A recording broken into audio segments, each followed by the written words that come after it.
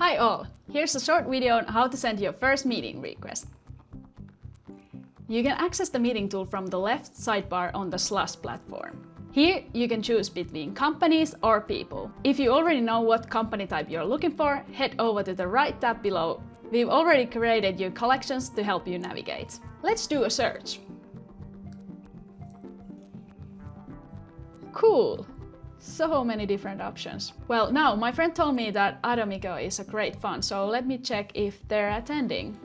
Without having to run a search, I can directly open to their profile. Each company profile includes a visualized overview from industries, locations, and financials to help you narrow down the profiles most relevant for you to meet. Most importantly, we can see who from their team is already confirmed to attend. Let's book a meeting. Select up to 5 time slots. And you can even overlay your personal calendar to avoid any conflicts. Include a message. Keep it short and sweet. That's it. We just sent our first meeting request.